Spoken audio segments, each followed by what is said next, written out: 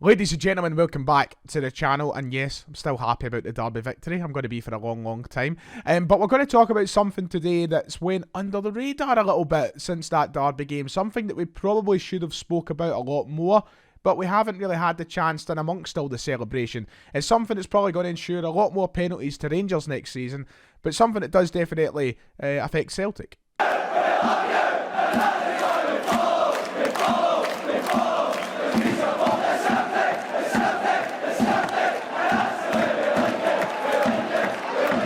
Before we go any further with the video, please make sure to go down below and hit that subscribe button. We're flying through the big 33 mark already, on the way to 34. You have smashed that button over the last couple of videos, so let's keep doing it on the road to 40,000 subscribers. So turn that button from red to grey if you haven't already.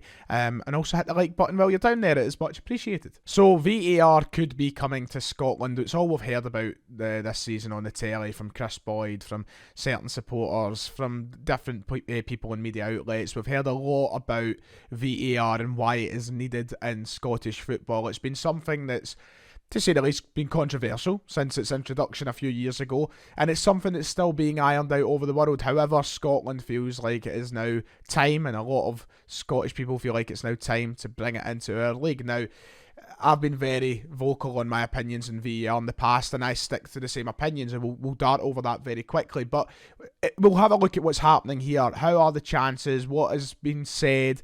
What officially has been, spoke about in terms of VAR coming to Scotland? So on the 19th of April, 2 days after our semi-final tie with Rangers, there will be a vote at the SPFL to see if VAR should be brought into Scottish football. Now, VAR coming to Scottish football, it's a big story in itself. We're going to have to wait and see how this goes. And we don't really know everybody's individual opinions. When I say that, football clubs and their officials, we don't know who thinks what, why it should be or why it shouldn't be introduced to our footballing pyramid.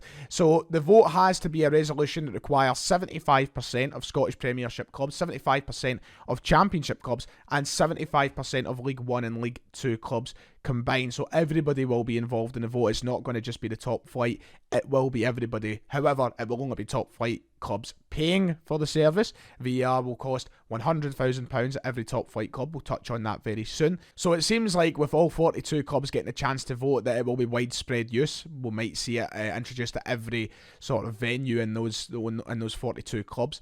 But it's something that won't be introduced until after the Qatar World Cup at the end of this year. Once again, we'll touch on that as the video goes on. So that's all the official details. It'll be April 19th that the vote happens, and we'll find out, I'd imagine, very shortly after that whether or not VAR will be introduced to Scottish football.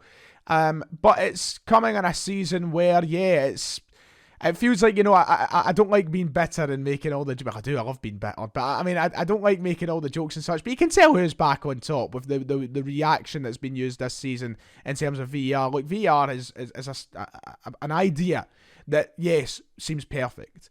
It seems like it could fix the game and change the game, but it's something that across, competitions all over Europe, we've seen not really working as effectively as some people would like, and it coming to Scotland, I just feel like it's a disaster ready to come. But that's just my opinion. Look, I've always been an anti-VAR. I've never been a fan of it. I enjoy the sort of natural beauty of football.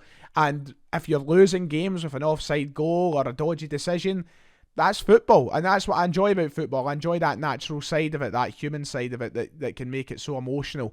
Look, I've been incredibly lucky in my lifetime that I can't remember too many decisions that have affected Celtic that greatly. There's obviously a couple, but in general, it's something about the sport that gets you more invested. I think I've always just been against it, but that's just my opinion. Everybody has their own. Everybody's entitled to their own. There'll be Celtic fans who want it. There'll be Celtic fans who don't want it. But it's something that I really do hope deep down that we vote against up here in Scotland. So with that vote coming up, I'm going to discuss what I feel are the issues to do with this VAR vote in the SPFL. I feel like there's so many that people are just so quickly forgetting because they're like, oh yes, VAR's going to come in. There's this narrative being pushed that, VAR would have won Rangers the league title and that it would have cost Celtic points or whatever. I don't think that's the case. I don't think it's as black and white as that. But also the narrative that really annoys me the most is this one that Celtic don't want VAR. No one at Celtic, the manager, the board, no one at Celtic has came out and commented or gave any sort of statement saying that they are anti-VAR or even pro VAR. No one knows really. But suddenly there is this section of social media that presumes Celtic are against it because there's this narrative, of course, that's been created that VAR would have won Rangers so many points. But it's completely false. You know, I would not be stunned, and actually I fully expect Celtic to vote for the VAR. I think that they'll end up voting yes for it, just to, you know, shut up that side of the media. And also just to bring that sort of modern sort of touch to football, and you know, Celtic being a club that's continuously evolving, you know, I think that VAR will be something that they'll consider as a positive for the club. So I actually think that Celtic will end up voting for it. If they don't, I don't mind. I'm not going to be shocked or anything. But I think that this narrative being pushed that Celtic don't want it because Rangers feel so hard done by, it's just it's nonsense, absolute nonsense. But that's just a wee side issue that involves two clubs and two clubs only. I feel like there's a lot of issues that actually need to be considered when it comes to Scottish football in general that haven't been considered too greatly. Number one, the big one that probably has been considered quite a bit, the refereeing ability in this country. Is VAR suddenly going to fix that? No, it is not. You know, the VAR is only as good as what the guys using it make it. And these are referees that we have seen time and time and time again, countless occasions, make terrible decisions. And I don't think VAR are going to make their decisions any better. If anything, it will shine a worse light on these referees, I think. But these are guys who are part-time. These are guys that aren't full-time professional referees. You see it work, I think, when you look at it in the Champions League, and when you look at it in the Europa League, and you look at it in the World Cup, the Euros, it works quite well because you've got a pool of referees who are full-time in their respective countries. They're the best at every country. They can work it a bit better, but they still make bad decisions, but they work it a bit better. But then suddenly, when you go down to England, you watch it there, and you watch it in other domestic leagues, a lot of problems start to flag up because the referees aren't the best standard through the whole league. And especially in this league, you're going to have a lot of issues. A lot of issues. I can't imagine the likes of Kevin Clancy or Willie Collum or any of these referees making well-informed professional decisions with VAR. I think it will just make things worse. And I'll come on to talk about that again, but I don't know. The refereeing quality has to go up in this league for VAR to work effectively. You have to employ full-time professional referees, fully trained, fully competent. And then I think VAR will work to the extent that people are suddenly expecting it to do straight away. This is going to be a teething problem for these referees.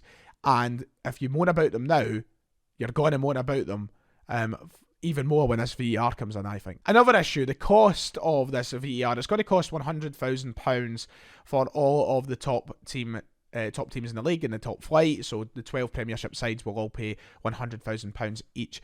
Now, to me, yeah, okay, that's fair. There's obviously teams in League 1, League 2, the Championship as well that can't afford to pay that money. They don't get the TV money these Premiership sides do. But, you know, you look at the Premiership as well, it's not exactly ideal for the teams at the lower end. And if you look at a side like Arbroath, who have a very real chance of coming up to this league via the playoffs, they're going to come up. And they'll get the very low winning money that they'll get for the playoffs if they do. You know, this is all big if. It's a scenario that might not happen. But suddenly a team like Arbroath comes up to this league and they're suddenly having to fork out £100,000. Now that's just, I think, unfair. I don't think it's necessarily correct. I don't know. If it's costing £1.2 million, I feel like there's a better way to go around it. I don't know. I just feel like the cost is something that hasn't been really looked over as effectively as it should be. Because there's even teams that, you know, you look at the likes of Livingston, the budget they work on, St Johnstone, the budget they work on, they're suddenly getting asked to pay up £100,000. That's a good few players for clubs like that. For Celtic, of course, it's nothing. It's buttons. But still, £100,000 to these other teams. Not that I really care as much, but, you know, you're still asking them to give up a solid bit of money for something. And they'll get the chance to vote on it, I suppose. But they could be outnumbered. I guess it's up to them at the end of the day. If they decide they want a VR, that means they're willing to pay it. But I think that there is a situation there to speak about. And then the other thing that kind of ties into the cost is the venues. How is VR going to effectively work in these grounds? At Celtic Park in Ibrox, yeah, okay, that's fair. We have the massive screens in the stadium. That works okay. We've seen it work at European football as well. You're suddenly then playing at, I don't know, the Tony Macaroni in Livingston. And the VAR is not going to work as successfully because you don't have the screens to look at it on. The fans are going to be sitting there kind of patiently waiting to see what happens and waiting for the announcement from the guy in the tannoy. So I don't know. I don't think it's going to be as glamorous as what it looks in other leagues and other competitions. It's going to be something else that, once again, I think it's going to have a lot of teething problems. And another big issue, and one of the biggest issues about the whole thing, is they're talking about introducing it after the World Cup. Now, why on earth would you introduce it halfway through a season? That makes no sense whatsoever. And that's something that after the vote, if we do vote for VAR, if it's a big yes, if it's a resounding yes, and we're ushering in VAR to Scottish football, one thing that we've got to do is correct the time of bringing it in. You can't bring in VAR halfway through a season. That makes no sense, because you're going to have half a season of dodgy decisions, of offside goals, of non-given penalties, that are suddenly going to mean nothing because it's going to be corrected from the second half of the season. If you're going to do it, keep it consistent. You either have a season without VAR or a season with VAR. You don't chop and change halfway through. That makes no sense. And it's typical of the SPFL and the SFA to kind of come out with something like this. I'm not surprised. But what they have to do is give it a full season so that decisions are consistent from start to finish. Because you know what happens? One of the teams that's going to win the league, Celtic or Rangers, they'll win the league the next season. And the conversation and the complaints are going to be, well, we should have had 3 penalties in the first half of the season, but we didn't. And that's going to be what's going to keep these titles with asterisks and tainted. And it's annoying. Keep it consistent for an entire season. You either bring it in at the start or you bring it in the following season. And that's pretty much all the issues I feel that need covered. But overall, I think the one thing I'm going to say is, it's not going to fix anything straight away. This is not a quick fix. This isn't the quick fix that a lot of Rangers fans think it's going to be, to bring them back to the top of the table and give them all the penalties they deserve. It's not. If anything, we're just going to talk about referees and their mistakes more and more and more till it's ironed out and it's a successful process. That's going to take time. So you've got to be patient if it does come in. Listen, I've already said I'm anti-VAR, but if it's brought in, I'm not going to cry about it. I'll get on with it. But I'll need to learn to be patient with it, because it's not going to be that quick fix. We've seen how bad it is in England. You know, it's really shown on numerous occasions how poorly run it can be. And in Scotland, it's just going to be even worse. So, you know, it's not going to be that quick fix. But that's everything I wanted to talk about in terms of VAR. So yeah, I guess I'll let you get on with your day then. Thank you for watching. If you've enjoyed, make sure to hit like and subscribe. Let me know your opinions in the comments below. And I'll see you all next time.